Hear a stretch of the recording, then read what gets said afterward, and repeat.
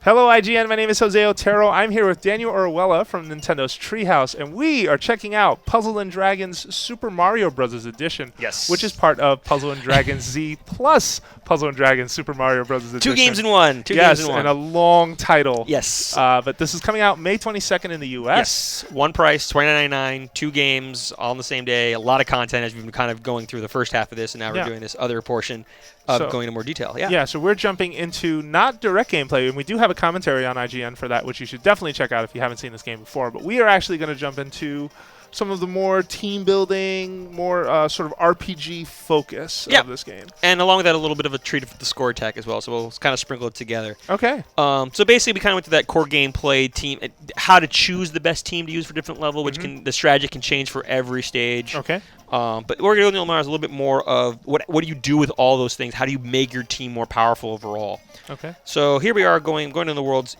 In every world there's a Toad House, or you can just quickly I can always jump to the Toad House at the beginning of each world, or you can simply type worlds and just go to the Toad House. Okay. There's multiple ways to get different things. So here you can do a lot of different factors. Like one is editing your team. There are multiple team slots, as we discussed a little bit before, that you can actually set up teams you want to create, have those ready to go. Okay. I'm not going to save any changes. I didn't change anything. Okay. Next is Power Up. Power Up is the ability to transfer experience from one ally to another. And this is an important way to, especially when you start getting new characters, you want to level them up really quickly. So in this case, I'm going to... So can any type pass to any other type, or do they have to be sort of like doubles? No, any type can pass to any type. You can you can give up an ally completely if you want to, but you can't sacrifice. I can't destroy. I can't give away Mario's experience. I can't give away Toad's experience. It has to be one of the allies, not the leaders or helpers in that situation. The allies are modeled on Super Mario Brothers enemies like Boom Boom on this list, or you see a couple of others, Goombas, Cheep Cheeps, Spinies, Lakitu, Wiggler. The whole menagerie is here. So let's see, who do I want to help level up a bit more? I want to make Thwomp up in the corner. The Thwomp up there in the corner. He's already at max level, so it doesn't help him much. Let's... What colors do I have? Green ones down there. So let's try to help out... Oh, there's so many options to choose from. Well, let's do something real quick. So I'm going to say this guy, this Red Koopa Paratrooper, I want to help level him. He's at level 7, so I'm going to say I want to power him up. I can now choose what to sacrifice. I have a lot of Spinies, so I'm going to give up 2 of my Spinies. Now, on purpose, I'm choosing to use the same color. If I wanted to, I could use this unmatched colors. I don't have to use fire or red.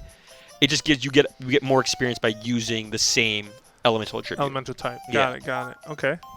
So we're gonna pass these this XP on. Yep. You can kind of watch it go up. Whoop. Leveled up. All right.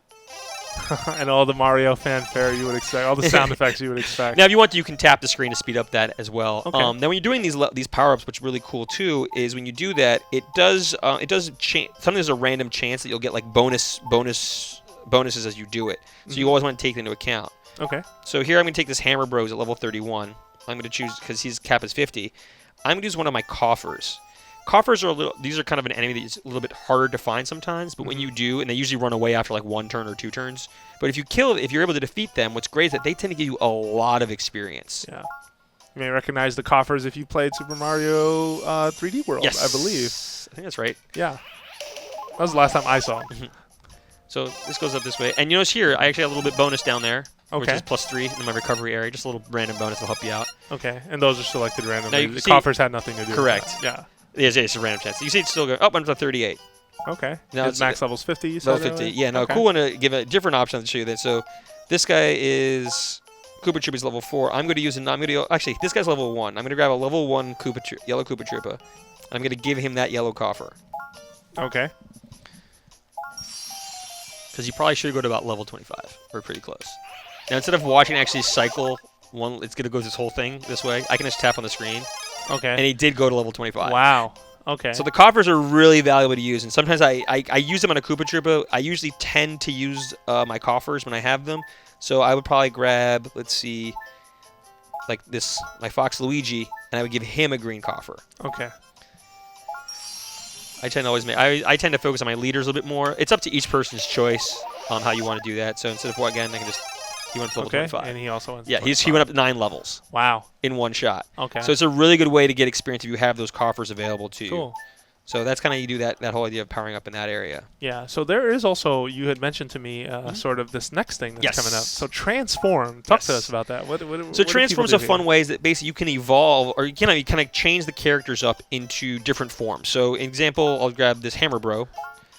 Hammer Bro is based on certain items you require. Like right now I don't have enough fire flowers. You need 5, but you can transform him. I have enough to make a Boomerang Bro. Okay. I don't have enough to make an Ice Flower, an Ice Bro. I almost have enough to make a Sledge Bro. Okay. But you can make these characters and then kind of evolve them as you go. Now, when you evolve them, you can notice that the current character up here on the top screen, his max level 50. He's based on he's yellow or light based as his element. When you transform him, though, his skill not only does his element can change, his stats all boost, his max level is higher, his skill has changed, and his Awoken skill, which you don't have access to yet, has changed. Will also change. So you have to keep these in mind when you're deciding how you want to evolve these characters. Because once you evolve them, they're going to completely change up. Okay. So here's Big Boo. Like Boo, he can turn into Big Boo. Okay. Or I can turn him into Bootreo. Yeah. And these are various aspects there. So where's another character that's a good one? Oh, here's a good one. Let's go and use this one. Is Buzzy Beetle. Okay. Buzzy Beetle actually will go Bony Beetle. Yeah, Bony Beetle or into Parabeetle. Now, when you change to Parabeetle, you'll notice he completely changes to light. Yep. And everything changes. Max cap's changing. Different skill, all these things. You want to keep these in mind in deciding what to do, and you gather the items you need in order to you can gather as you defeat enemies you go through the game. The other way to get items, though, which is cool, after you finish World 3, when you defeat Morton, you go here to the lucky question block. Okay. And for every 100 coins you have, the spotlights don't really. I know there's like choose one of the 3 blocks. The spotlights don't have nothing to do. No, with it. I believe I'm always like, okay, got it in the center. Like that was always my goal. It doesn't matter as much. You can sometimes get a 1-up out of it. Okay. Sometimes you get a cheap coin. Okay. So materials you can get. Materials another Boo Mushroom. Boo Mushroom. Okay. Poison Mushroom. I have 800 coins. I might use up my coin to see if I can get lucky and get another. Come on, cat suits. And last one there. Here you go. These are all random. Okay. These are all random. So now I'm out of 100 coins. So while you're playing the game, it's always good to get these coins. You can get coins in various ways by simply defeating enemies. Sometimes there's a question mark block in the stage, and it might say, if you want to complete this challenge, complete 4 combos in 3 turns, or it could be clear 7 green orbs in 3 turns. Okay. Or it could be sometimes you get dual challenges, complete 7 green orbs and 4 combos in 3 turns. And if you complete that, you'll get either an item, or sometimes like you get a P-wing, or here's 50 coins, some kind of thing to help you out in that way as well. So wait a minute, to the right. You want to bring up the Awoken skill. And actually, I will come back to the Awoken skill in just a moment. Okay. Just because I want to get the skill up as well, which is another option you can do as well. Got it. All right. So we were showing skills earlier, and skills are based on the number of turns you have to complete before that skill becomes available. Okay. What's cool, though, here is that you can actually lower the number of turns to bring that skill to be active, which can benefit you in multiple ways. One, how you fight enemies, or we talked about a little bit before, alternate paths. Sometimes you're going through a world, and let's say in order to take this special yellow warp pipe, you need to have yellow orbs. Yeah. But there are no yellow orbs in the stage because it's only red, blue, green. So through a skill, you can have orbs transform into light orbs and then be able to clear into that path. Correct. A good example of that is my yellow Koopa Troopa. You can turn farms into light orbs. Okay. So right here, I could, in theory, jump into him and use some of the fruit I have, which I've acquired over time. Okay. And how much lower will it bring that requirement? 1 turn. No, just 1 turn. 1 turn. Now, if I do it again, it costs more fruit. So it cost me 2 this time. Yep. But now it'll cost me more fruit if I look at here again. It costs me 3 fruit next time, and it'll drop it another turn. Is there a limit to how far down you can whittle the skill sort of requirement? I've never personally tried to push it to 1, because I've never... I would. I mean, it would take a lot of time. It would take a ton of time if you think about it, because you have to have the right fruit or the right sort of requirement, the material, but... I don't know. Yeah, you could always go down. And the other thing to keep in mind, too, is if you're careful, because if you transform the character at some point, the skill, because it gets a new skill, it resets it. So if you spend all this time with this one character, you only have, let's say you only have 1 yellow Koopa Troopa. If you want to transform him, you can't. I'm glad you said this. Because you might have been like, oh, you might get this. Let's say you got PD Piranha. Well, the PD Piranha's he's not going to be transformed. Let go of PD. What else? So the Flame Chop's level. So you have to debate too, because once a character, the max level a character can ever get is 99. So once you transform a character or get a character whose level cap is 99, you're pretty much safe. Okay. So by default, like Flame Chomp. Flame Chomp, if you go into him, he is by default level 99. Okay. So with him, I don't have the items to do it. I don't have enough green star coins. But I would never, since his max cap is level 99, I know he can't transform in this game. Okay. So I can up his skill up, and I'm not gonna have to worry about it. You're not going to worry about. But there's changing so many else. allies you have, and there's so many things you want to. Do you want to drop just one guy's skill to be super low, or do you want to make it more of like? Because anyway, you could have everyone have one guy with a skill with like, let's say maybe 1 or 2 turns to turn a skill. Wouldn't it be better, in my opinion, to have 5 team members that can all have their skills turned in 4 turns? So it's just a debate of how you decide to put it together and how you want to make that team. Yeah, and you're kind of stuck with the choice afterwards. I mean, you can always find more fruit at the end of the day, or whatever the material is. Correct. Too, you can always try to find more, but that's you have to kind of go back through different levels and see what you can acquire. Okay. So yeah, there's different characters there. So like this was like the Goomba here, with the gold mushrooms. I could lower his tackles. One of my favorite attacks. He does direct damage against one character, but I'm not gonna. Don't want to waste all my stuff up. Cool. All right. So what about this Awoken? Yes, the Awoken skill. The Awoken skill. What can you say about Awoken skills? So this is something that does also apply to Puzzle and Dragons universe. Puzzle and Dragons universe. People who are familiar with Puzzle and Dragon will recognize this. You're right. That character right there, who's kind of floating, this little like white kind of small dragon wings and an egg, is named Tamadra. Okay. Tamadra is from the Puzzle and Dragons franchise. And the Awaken area, which you can access Awoken skills here, it's not available yet. This becomes available later in the game, even though I'm already in World 6 as a World 5, so keep that in mind. Okay. It takes a little bit further in. I'm backing out because I want to show you where I can. I'm just backing out to go to my team to show you what an Awoken skill could be. Awoken skill is very similar to the helper or leader skills we talked about, that passive skill that helps your whole team out. That like all your fire-based team members have a 1.5 multiplier or something like that. Okay. So some characters have Awoken skills like my Flutter and Flame Chomp. Okay. So again, once you're able, using certain items you have to gather again, and you're able to awaken the skill, you can awaken his Awoken skill. I like that. Nice work. Basically, it gives you that kind of passive skill again, because only it's meant those passive skills or leader skills, helper skills are meant to only be for leaders and helpers. Okay. But later in the game, you can actually have allies. Certain allies can have it. So this guy here reduces the number of turns required to first use skills, which again lends to your point. Having him with an Awoken skill like that means I can more quickly get my skills turned on the first time I go into different levels. Got it. Now, not everyone has an Awoken skill. But how would you activate it during the match? Like what? It's automatic. It is automatic. It's automatic. Leader skills and helper skills are automatic, as are Awoken skills. Got it. So once you open that part of the character in that part of the game, that is another skill you're getting. If I bring him on my team, if he's on my team, and his skill is Awoken. Got it. Or whatever Awoken. Grammar in my head now. Yeah, we're jumping back and forth. So if his Awoken skill is active, if he's on my team, when I first walk into a level, the first time, so required to first use skill. So basically, when I first walk into a world, his skills will be able to help me out. The skill counter will go down. And that goes in that area right there. And that's how you start. This is where you start building a lot of that strategy, how you want to develop your team. Do you need to carry 17 Spinies? Probably not. That's where you start deciding who do you want to set, who do you want to transfer experience from, how do you want to change these things up as well. Got it. And then we have, what do you have here? Oh, these are items. It's a quick way to see how many items you have. Like I have a bunch of Flame Chomp coins. Okay. I have P-Wings, P-Wings, awesome. Like that. And you can see the items are actually scheduled by transforming and for skill up. So you know the items belong in different categories, which is really helpful. So you know what you've got. They don't double across correct transformation skill. So you mentioned then score attack. So yes. let's check that out. We'll jump into score attack real quick. So score attack's a fun little mode. Little bonus area here. Score attack. Okay. So there's 3 difficulties here: hard, medium, and easy. What's cool though here is that this changes the gameplay a little bit. Instead of taking, how you could in the previous one we were playing, you could take your time, be very debating, decide what move you wanted to make before you went into a certain area, before you made a move. This one you have 300 seconds, and you're given a preset team, and your goal is basically to get through that whole level with the highest score possible. This does scale up very well. Easy is relatively easy. Medium gets pretty hard. Hard is really hard. And when you start doing these harder score attacks, it's really important to complete as many combos as possible. Okay. That's how you start getting a lot more damage going on in the game. Got it. As you said, I know you wanted to see Cat Luigi. So Cat Luigi's here. So he does become available, and he does become available. Cat transformation.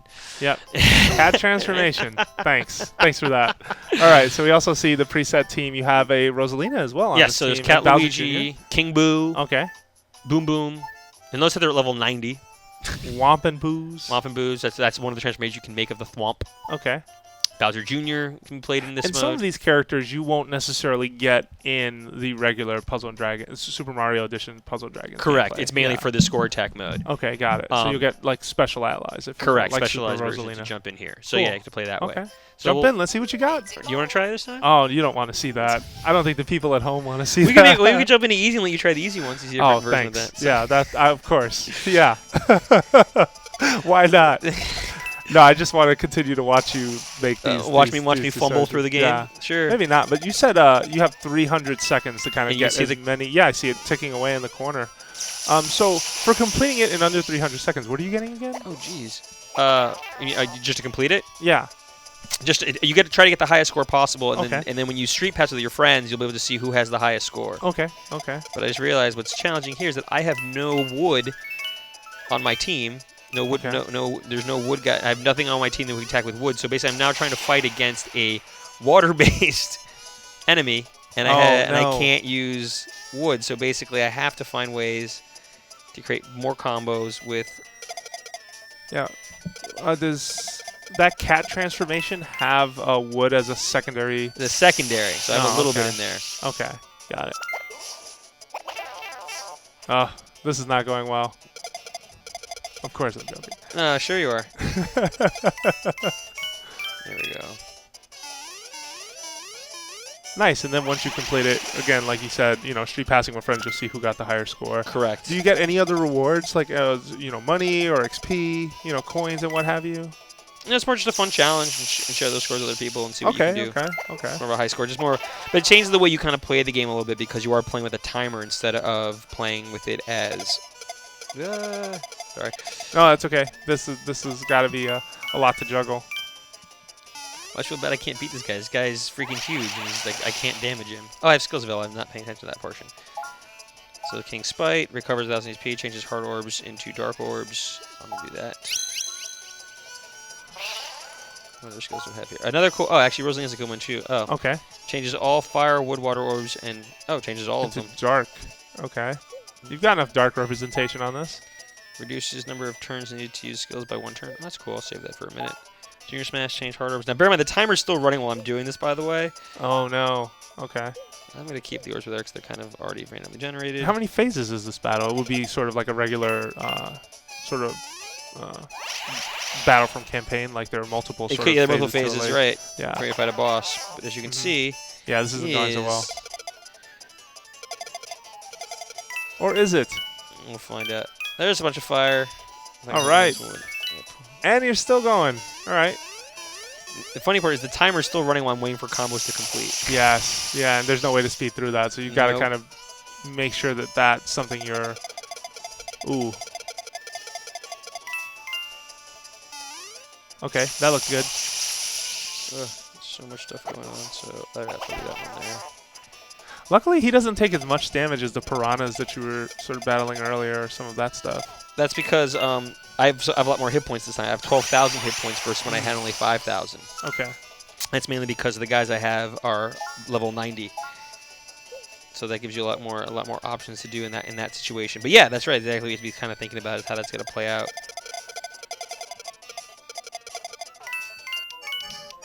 Uh-oh. My timer's already. You can And hear that. there it is. The music kicks in. I'm still Even on the first guy. Even that isn't here. Yeah, this is. I'm much better at the easy and the medium one. Okay, got it. Oh, you tackled hard? I looked away for a second, I swear. Oh, this is definitely hard. This is the hard one. Okay. Better be. If this was medium or easy, I'd be like, oh no. Medium is still a good challenge too. Yeah. But yeah. Okay. But this is definitely meant to be something. And that's why it's meant to see like, oh, you think you're really good at the game, and you realize, well, I have a lot to learn still. Yeah, yeah. And it's about trying to master those combos and how those things play out. Sort of interesting too to tackle it from the perspective of not having to do all the team management, but rather jumping in to just see what you can make with what is there. Yes. Yeah. The time limit though, that's evil. I have to say. And the music turns up too, which you heard also. Yes, just the like hurry up. Ah! The hurry up tone hits, and you're like, uh-oh, it's time to move. And then that's why it also makes it feel like a Mario game to some extent as well, which I really like. Yeah. I don't know why I just did that. I watched it happen. I'm getting nervous. Getting nervous. Oof. I'm Well, sure, yeah. 38, 36. No, I'm going to quit out.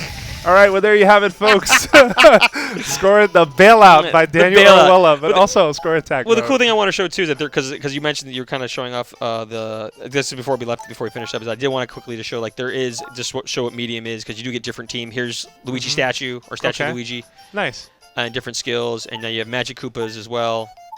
Okay.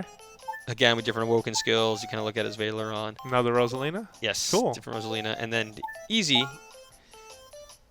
which I think we've seen all these ones. We've seen all these cards. You get Boo Mario, Boo Luigi. Now, the cool thing about Score Attack is available as soon as you start up the game. Okay. So it's a nice way to kind of get an idea for you. Like, oh, I'm going to try hard because I'm really good at the game. And you saw me getting my butt kicked real quick. So, yeah, that's something to kind of worry about in that aspect as well. So, yeah.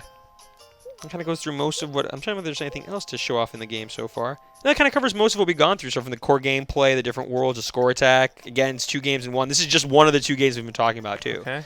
Yeah, no, absolutely. Well, there you have it, folks. Puzzle and Dragons Super Mario Bros. Edition. Daniel, thank you so much for stopping by to show this off and to take us through. Definitely, you should put this on your radars, folks who are watching us. And for more Nintendo coverage, make sure you keep it right here at IGN.